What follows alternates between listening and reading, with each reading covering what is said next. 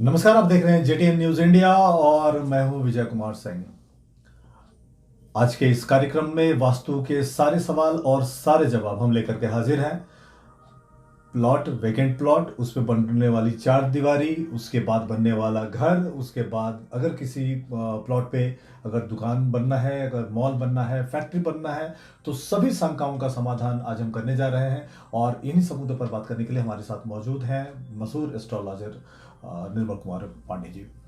निर्मल जी, स्वागत आपका इस कार्यक्रम में। और सबसे पहली बात कि जब कोई भी व्यक्ति प्लॉट खरीदता है तो जब कंस्ट्रक्शन स्टार्ट करता है तो इन जनरल होता है कि वो बाउंड्री वॉल का कंस्ट्रक्शन सबसे पहले करते हैं।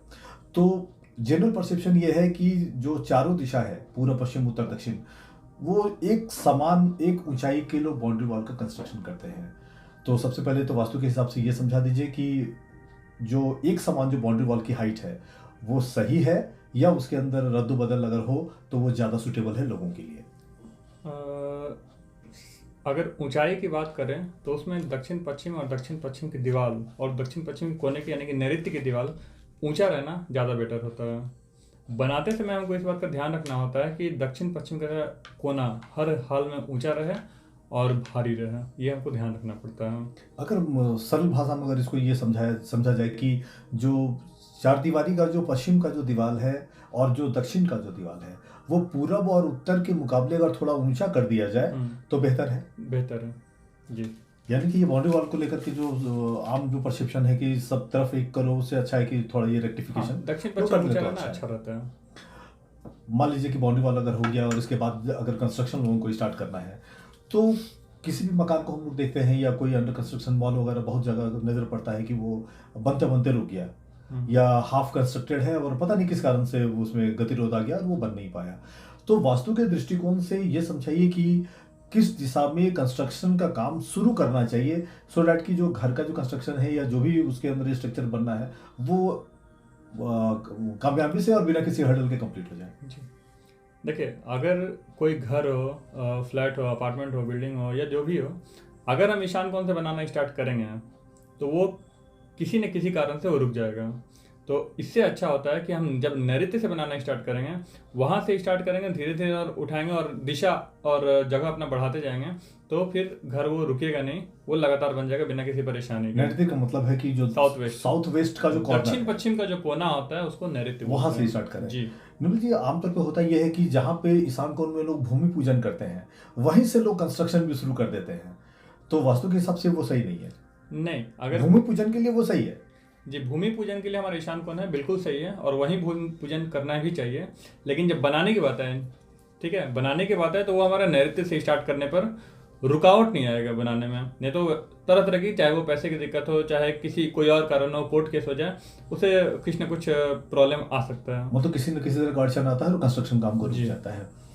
जब कभी भी बड़ा अपार्टमेंट या मॉल बनता है या मार्केट कॉम्प्लेक्स अगर बनता है तो लिफ्ट एक बहुत बड़ा एलिमेंट है। तो और लोग जब फाउंडेशन देते हैं तो लिफ्ट का जो जगह है वो एज पर डिजाइन जो उनके सिविल इंजीनियर ने बताया है वो उसके अनुसार वो जगह छोड़ देते हैं। आमतौर पे हम लोग ये देखते हैं कि लिफ्ट को लोग सेंट्रल जगह पे या जो केंद्र होता है वहाँ पे लोग स्थापित कर देते हैं। उनको ये मानना होता है, उनका ये मानकर चलते हैं कि वो इजी अप्रोच हो जाएगा, वो हर दिशा से लोग बीच में आएंगे और वहाँ से वो लिफ्ट का फायदा उठाएंगे। तो वो चूंकि वास्तु के हिसाब से ब्रह्म का स्थान है, सेंटर का जो स्थान है, तो लिफ्ट वहाँ पर कितना सही या कितना गलत है? नहीं, किसी भी प्लॉट के सेंटर जो होता है, प्लॉट का सेंटर में लिफ्ट नहीं होता। लिफ्ट भारी वस्तु होता है, ठीक है, वो भारी रहता है। जो वास्तु पुरुष होता है, वास्तु पुरुष का वो पेट वहाँ रहता है, ठीक है, तो पेट पर हम वजन नहीं दे सकते हैं। तो ब्रह्म स्थान में लिफ्ट सही नहीं है। अगर अपार्टमेंट की बात करें तो अपार्टमेंट में भी पश्चिम और दक्षिण में अगर लिफ्ट रहे तो वो ज़्यादा उचित रहता है। इसमें अपार्टमेंट में हर दिशा में जो अपार्टमेंट होता है, हर दिशा में जो अलग अलग फ्लैट होते हैं उसका असर अलग अलग होता है। फॉर एग्जाम्पल, अगर सेंटर में हमारा ब्रह्म स्थान है तो जो ईशान कोण पर जो फ्लैट रहेगा उसके लिए तो वो अच्छा रहेगा, लेकिन जो नैऋत्य पर हमारा जो फ्लैट रहेगा उसके ईशान में लिफ्ट चला जाएगा तो वो नुकसान करेगा। इससे अच्छा है लिफ्ट को पूरा प्लॉट के अंदर में पश्चिम या दक्षिण में बनाए, वो ज़्यादा बेटर रहेगा। वो जितने भी ऑक्यूपेंट है वहाँ पर वो सबके लिए इक्वली फायदेमंद हो जाएगा। हाँ, इक्वली हो सकता है, वो इक्वली फायदेमंद हो सकता है। अगर हम लोग मल्टी स्टोरेज बिल्डिंग की बात कर रहे हैं, मॉल की बात कर रहे हैं या कॉम्प्लेक्स की बात कर रहे हैं, तो इसमें हम लोग एक चीज़ देखते हैं कि जो बिजली का जो भारी उपकरण है, वो जनरेटर वगैरह है, या जो मेन स्विच वगैरह है, या जो मास्टर कंट्रोल एरिया है जो पूरे अपार्टमेंट को बिजली सप्लाई करता है, उसकी दिशा क्या होनी चाहिए? देखिए, बिजली से संबंधित कोई भी अगर वस्तु हो, चाहे जनरेटर हो या फिर इलेक्ट्रिक वायर हो, मीटर हो, ये सब कुछ भी हो, तो सीधा अग्निकोण।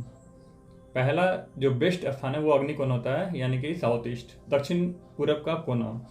अगर किसी कारण से वहाँ ना हो पाए तो फिर दूसरा उसका स्थान होता है उत्तर पश्चिम, यानी कि नॉर्थ वेस्ट। वो वायु स्थान होता है, क्योंकि हवा से अग्नि को और तेजी मिलता है। जब भी आग में हवा लगेगा तो क्या होगा, और तेज होगा। तो दूसरा बेस्ट हुआ, पहला बेस्ट हुआ साउथ ईस्ट और दूसरा नॉर्थ वेस्ट में। और निर्मल जी, एक और सवाल है कि जो आमतौर पे जो छोटा घर बनाते हैं अपने लिए, सिंगल स्टोरेज या डबल स्टोरेज मकान बनाते हैं, तो उसमें जो छत की जो ढलाई लोग करते हैं, तो छत का जो पानी है वो किस दिशा में गिरना चाहिए?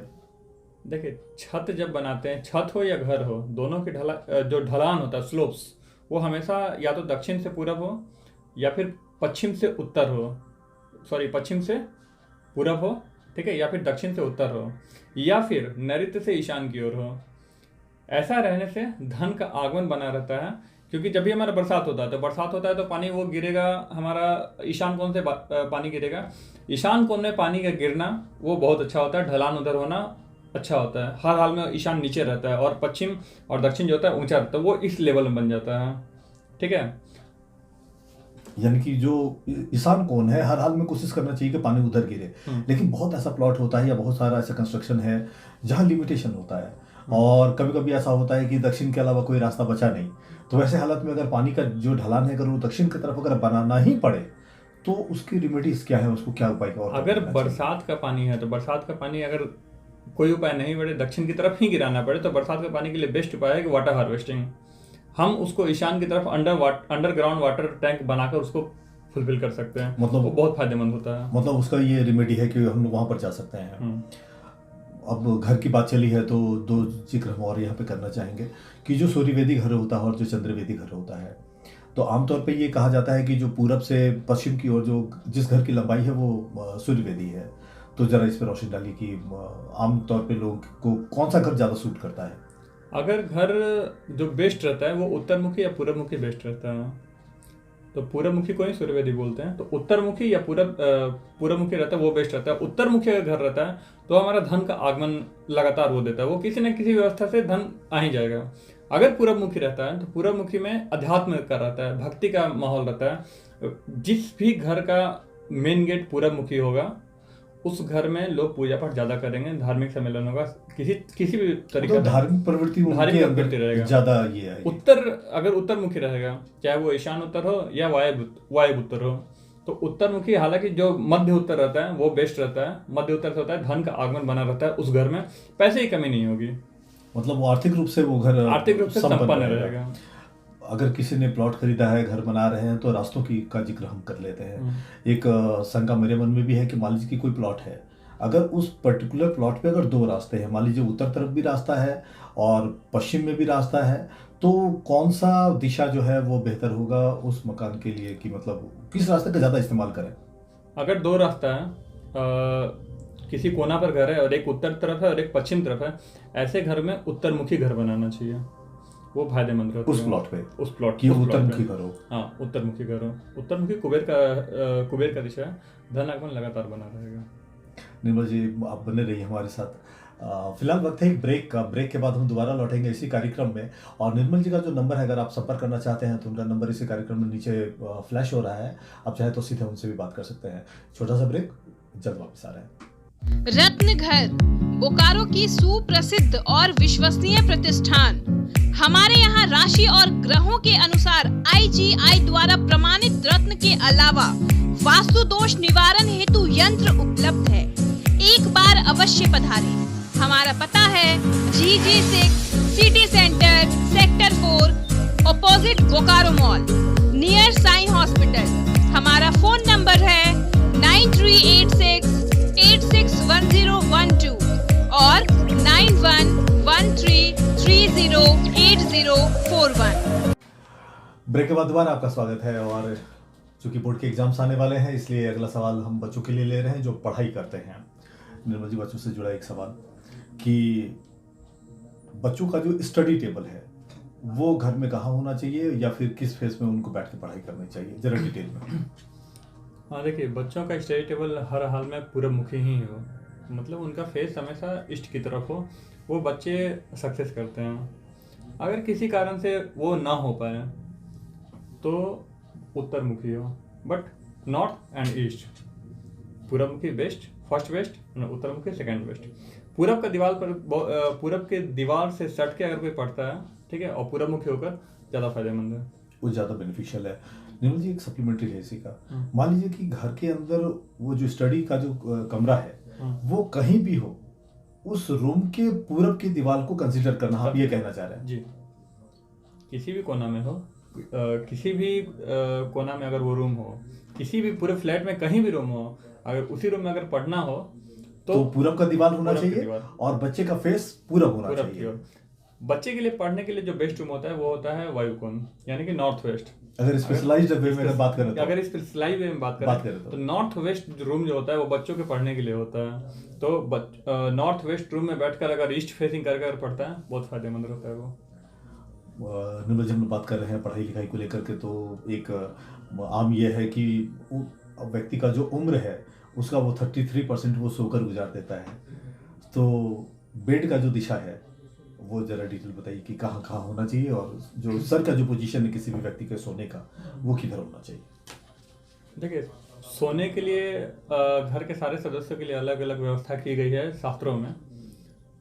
जो घर का जो मेन मुखिया होता है, मुखिया मीन्स यहाँ कमाने वाला, जो घर का मेन कमाने वाला होता है, अर्जित करने वाला होता है, तो उसके लिए साउथ वेस्ट हमारा बेस्ट कमरा है।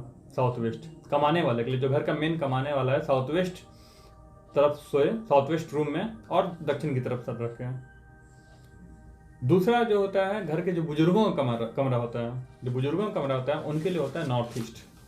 नॉर्थ ईस्ट कोना जो होता है हमारा मैग्नेट होता है, नॉर्थ ईस्ट कोना हमारा मैग्नेट होता है, तो वो बुजुर्गों के लिए होता है। पढ़ने के लिए जो कुंवारे लड़के और लड़कियों के लिए होता है वो होता है नॉर्थ वेस्ट, उन लोगों के लिए होता है।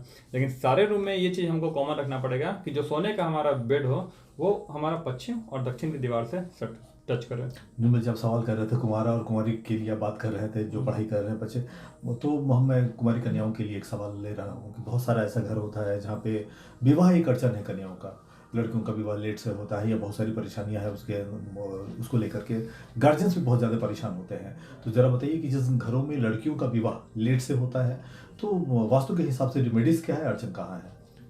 देखिए, लड़कियों का विवाह अगर देर से हो रहा है तो उसका एक बहुत बड़ा कारण होता है कि वो नैऋत्य में सोती होंगी या ईशान में सोती होंगी। ये दो कोना लड़कियों के लिए नहीं है, लड़कियों के लिए दो कोना वर्जित है, एक ईशान और एक नैऋत्य। नैऋत्य कोना हमारा पृथ्वी तत्व होता है, वो जकड़े रहता है। ईशान कोना हमारा मैग्नेट होता है, वो छोड़ता नहीं है। अगर नैऋत्य में सोते हैं तो वहाँ तो विवाह ही नहीं होता है। अगर लगातार अगर नैऋत्य में बचपन से कोई लड़की सो रही है तो उसका विवाह होगा नहीं, होगा तो होकर कट जाएगा। ईशान में कोई लड़की सोती है तो उसका विवाह में अड़चन आएगी, लेकिन अगर हो भी जाता है किसी तरह तो वो ससुराल से भागकर वापस आ जाएगी। ठीक है, तो लड़कियों के लिए बेस्ट कमरा है कि उनका विवाह जल्दी हो जाए तो वो नॉर्थ वेस्ट में आ जाए, उससे उनका विवाह का योग बनने लगेगा। मतलब उनको नॉर्थ वेस्ट का जो कमरा है उधर शिफ्ट करना चाहिए। लड़की की शादी अगर हो जाती है, ये तो लड़कियों की बात हम कर रहे थे, मान लीजिए कि लड़कों की जब शादी हो जाती है तो बहुत सारे ऐसे घर हैं जहाँ आम शिकायत है कि लड़का विमुख हो गया परिवार से, वो मतलब वो पूरे परिवार से कट गया और फिर वो शादी के बाद जिसको बोलते हैं कि बदल गया। तो ये क्या चक्कर है, जरा वास्तु के हिसाब से समझाइए। देखिए, अगर वास्तु के नज़रिए से देखें तो अगर कोई नया कपल यानी कि जिसकी शादी नहीं हुई है वो अगर जाके वायु कोना में अगर सोए या फिर वायु कोण के कोना में सोए या फिर नॉर्थ वेस्ट में जिसको बोलते हैं वहाँ अगर सोए तो वो परिवार से विमुख हो जाएगा वो। तो उसके लिए कमरा बदलना चाहिए। उसके लिए बेटर है कि वो साउथ वेस्ट में जाए, साउथ वेस्ट में, वो रहेगा, परिवार से जुड़ा रहेगा, फैमिली का जो अटैचमेंट है वो ये रहे। कोई भी कपल अगर नया वायु कोण में जाता है वो परिवार से विमुख हो जाएगा। निर्मल जी, आमतौर पे बहुत सारे ऐसे घर हैं जहाँ की बीमारियों का सिलसिला है, अभी जो लाइफ स्टाइल खान पान भी लोगों का ऐसा हो गया है कि लोग अक्सर बीमार पड़ते हैं। लेकिन दो बीमारियों का खास तौर पे हम जिक्र करना चाहेंगे, एक डायबिटीज़ है और दूसरा ब्लड प्रेशर की बीमारी है। तो वास्तु के हिसाब से कोई उपचार बताइए, क्योंकि बहुत सारे लोग हैं जो कि एलोपैथिक दवाइयाँ खा रहे हैं और बहुत सारी जो योगा वगैरह भी है, वास्तु में कोई उपचार है क्या? देखिए, बीमारियों की बात करते हैं, हर दिशा के अनुसार बीमारी है। जिस दिशा में दोष होगा उस दिशा के अनुसार बीमारी होगी। डायबिटीज और बीपी जो होता है वो ईशान के बंद होने के कारण होता है। अगर ईशान बंद है आपके घर का, आपको डायबिटीज बीपी होना ही होना है, वो उसका लाइलाज बीमारी हो जाएगा, वो ठीक नहीं होगा। अगर आपके घर में किसी को बीपी शुगर है, आप अपने घर में ट्राई करके देखिएगा। अगर आपके घर में बीपी शुगर है तो आपका ईशान 100% बंद होगा या फिर वहाँ कोई दोष होगा।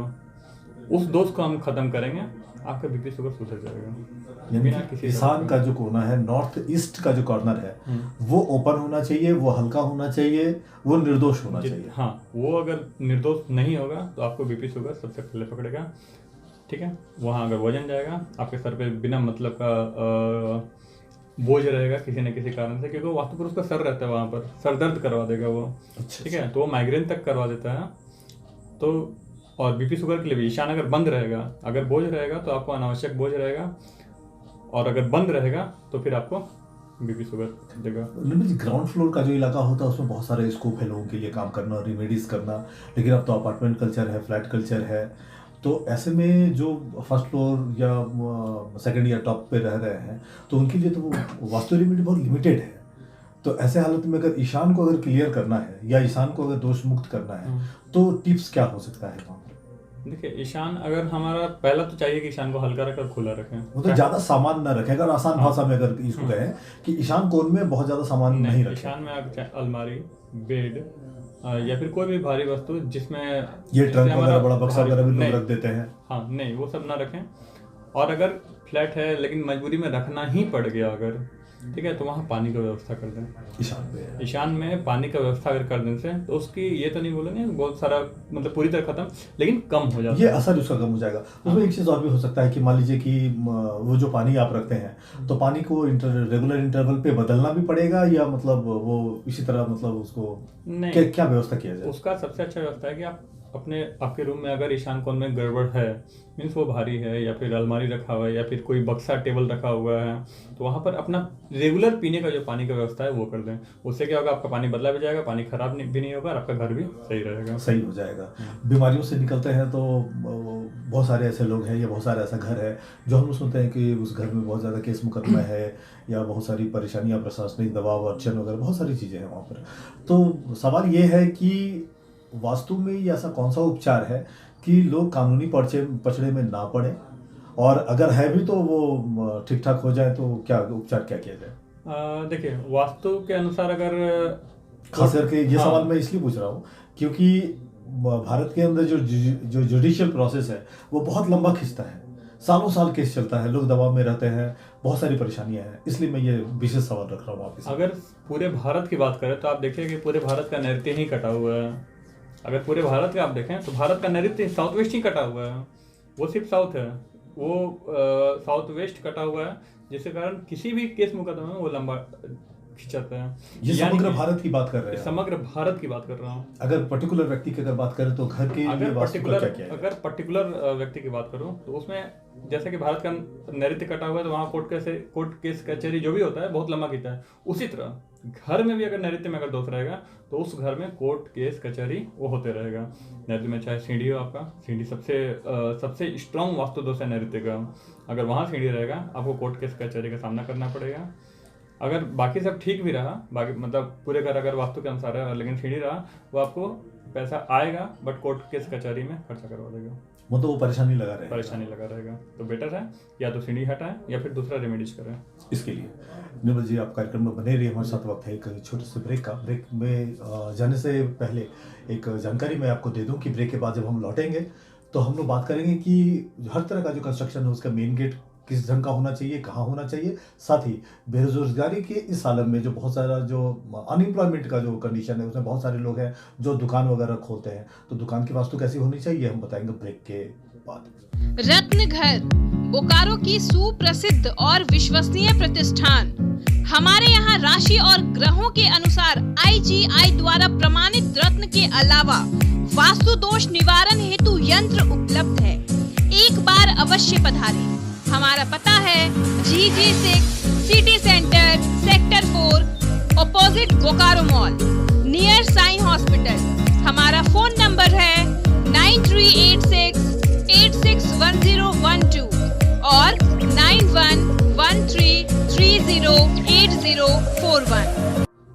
ब्रेक के बाद दोबारा आपका स्वागत है और बचे हुए सेगमेंट में हम लोग बात करेंगे कार पार्किंग को लेके, मेन गेट की क्या वास्तु होनी चाहिए, फैक्ट्री का वास्तु क्या होना चाहिए और आपकी दुकान की वास्तु क्या होनी चाहिए। सारे सवालों के जवाब देने के लिए निर्मल जी मौजूद है कार्यक्रम में।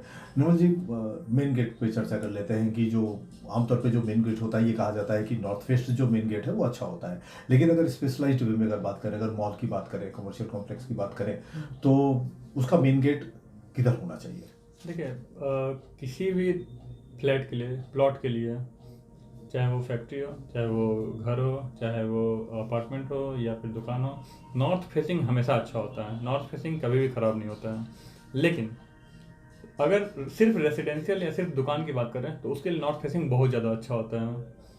खासकर कमर्शियल जो भी है उसके लिए नॉर्थ फेसिंग अच्छा होता है, क्योंकि वो इनकमिंग देते रहता है, हमेशा इनकमिंग देते रहता है। डिपेंड करता है हमारा, अगर नॉर्थ ब्लॉक है, ईस्ट है, तो फिर सेंटर हमारा ईस्ट हो। हमारा टोटल 36 पद होता है, ठीक है। हर दिशा में 9 पद होते हैं। 9 पद के सेगमेंट में हमारा बांटा हुआ है कि कहाँ पर मेन गेट होना चाहिए। फॉर एग्जांपल, अगर हमारा साउथ में है तो हम अगर इधर दक्षिण के से पूरब गिनते हुए जाएंगे 9 पद, तो अगर 9 फीट की 9 फीट लंबी अगर दीवार है, उसको 9 फीट में डिवाइड करेंगे और उसमें से पद के अनुसार, जैसा आपका शास्त्रों में बताया गया, पद के अनुसार उसमें मेन गेट दिया जाता है। इसको थोड़ा आसान कर देते हैं कि पद का जो मतलब ये है कि किसी एक फेस का जो मेजरमेंट है उसको 9 इक्वल पार्ट में बांट देना है। ये 9 पद है।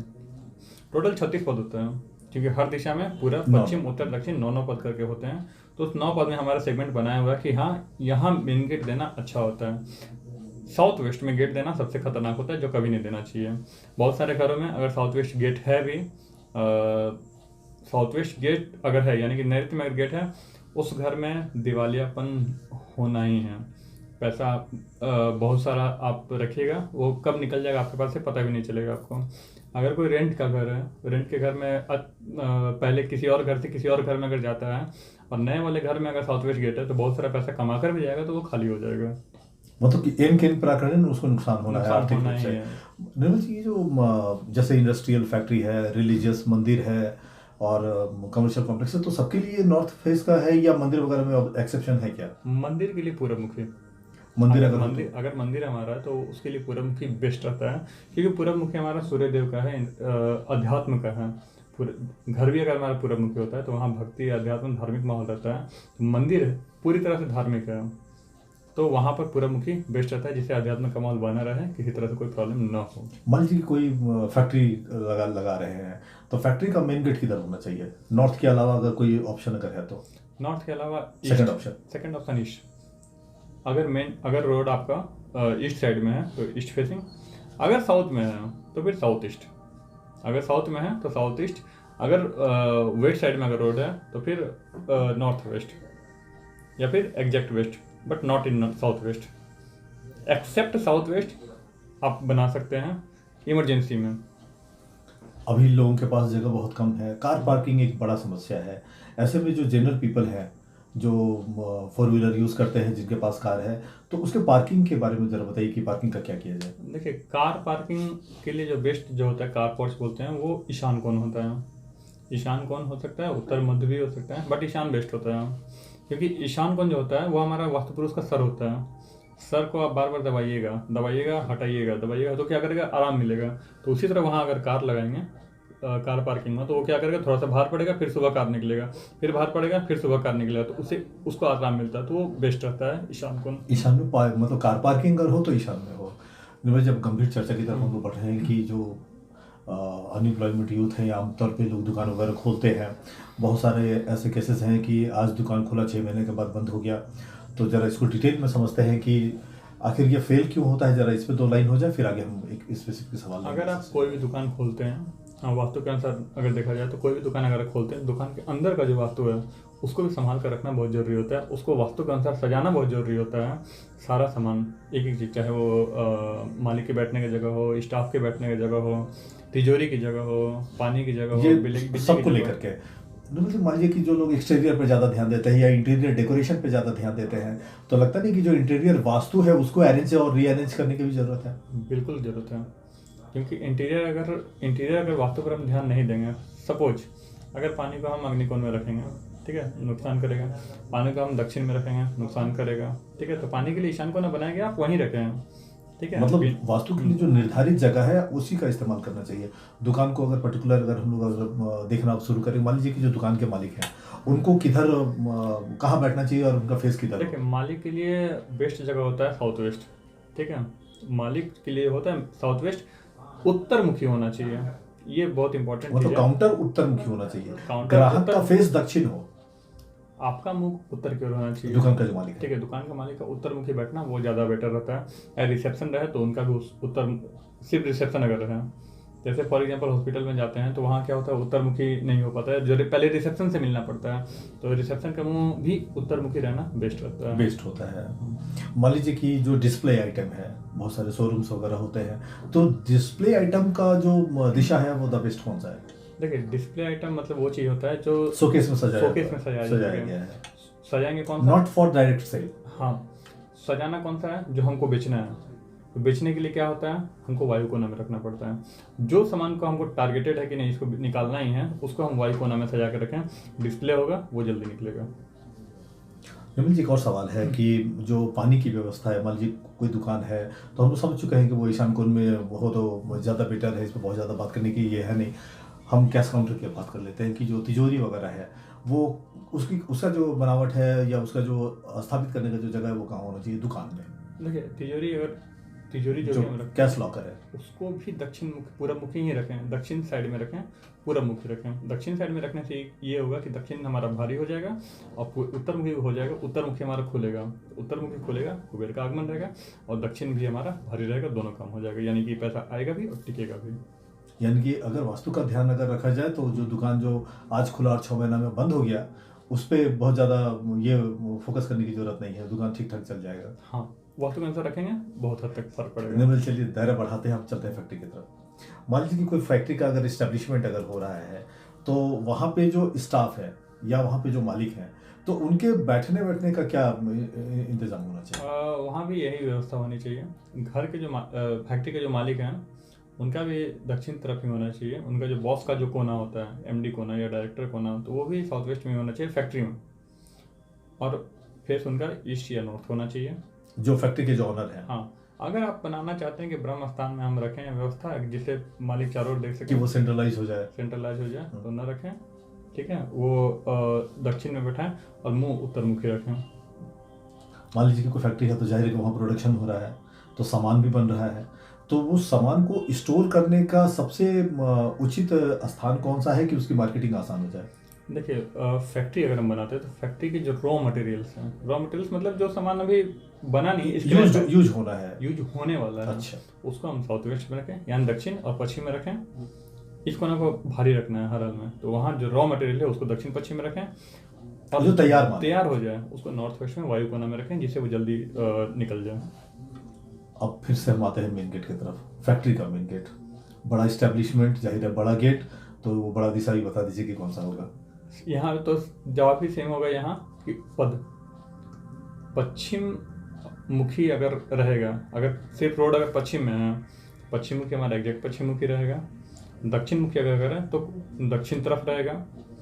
बेस्ट की बात करें तो हमारा उत्तर मुखी बेस्ट रहेगा। लेकिन इसमें बात करते हैं अलग अलग, अगर फैक्ट्री डिपेंड करता है किस चीज़ की फैक्ट्री है। अगर खाने पीने वाली सामान का वस्तु है, उसकी अगर फैक्ट्री लगानी है तो वो फिर आपके दक्षिण में लगाया जा सकता है। यानी कि फॉर एग्जांपल रेस्टोरेंट हो गया, होटल हो गया, इसकी अगर मेन गेट की बात करें तो वो दक्षिण मुखी है, और तो फिर दक्षिण पूर्व में यानी कि अग्निकोण में उसका मेन गेट बनाया जा सकता है।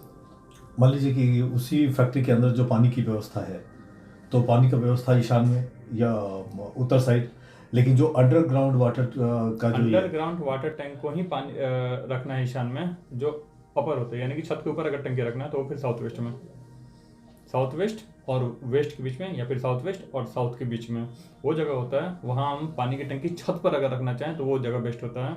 अदरवाइज अंडरग्राउंड अगर है तो फिर उत्तर ईशान या फिर पूर्व। समग्र रूप से एक सवाल और है फैक्ट्री को लेकर के कि ओवरऑल ये बता दीजिए कि फैक्ट्री को अगर चलायमान रखना है, हमेशा अगर प्रॉफिटेबल अगर बनाए रखना है, तो किन किन चीज़ों पे ध्यान देना पड़ेगा फैक्ट्री को लेकर? देखिए, ध्यान देना पड़ेगा सबसे पहले पानी की व्यवस्था। हमको चारों कोना को पहले हम लोग को ठीक रखना पड़ेगा। चारों कोना मतलब ईशान कोण हो गया, हमको पानी की व्यवस्था उधर रखना है। बोरिंग अगर हमको करानी है उत्तर, ईशान या पूर्व, ये बोरिंग का एरिया हो गया। बोरिंग इधर ही फायदा करेगा, साउथ में गलती से बोरिंग ना कराना चाहिए, ठीक है। दूसरा, मालिक के बैठने की जगह उसको ध्यान में रखना है।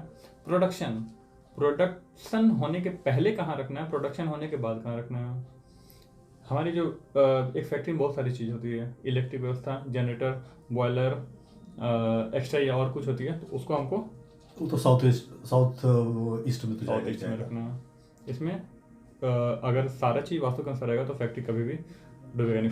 इसमें ढलान अगर किसी तरह हो तो ढलान हमें स्लोप हमेशा पश्चिम से पूरब की ओर और दक्षिण से उत्तर की ओर रखें। ढलान मतलब ये भूमि का स्थल हो, ये भूमि का लेवल होना चाहिए कि यह भूमि का जो, अच्छा मान लीजिए कि अगर ढलान अगर किसी का अगर साउथ की तरफ है या नॉर्थ की तरफ है किसी प्लॉट में, तो उसको मिट्टी भर के स्लोप बनाया जा सकता है या बनाना चाहिए?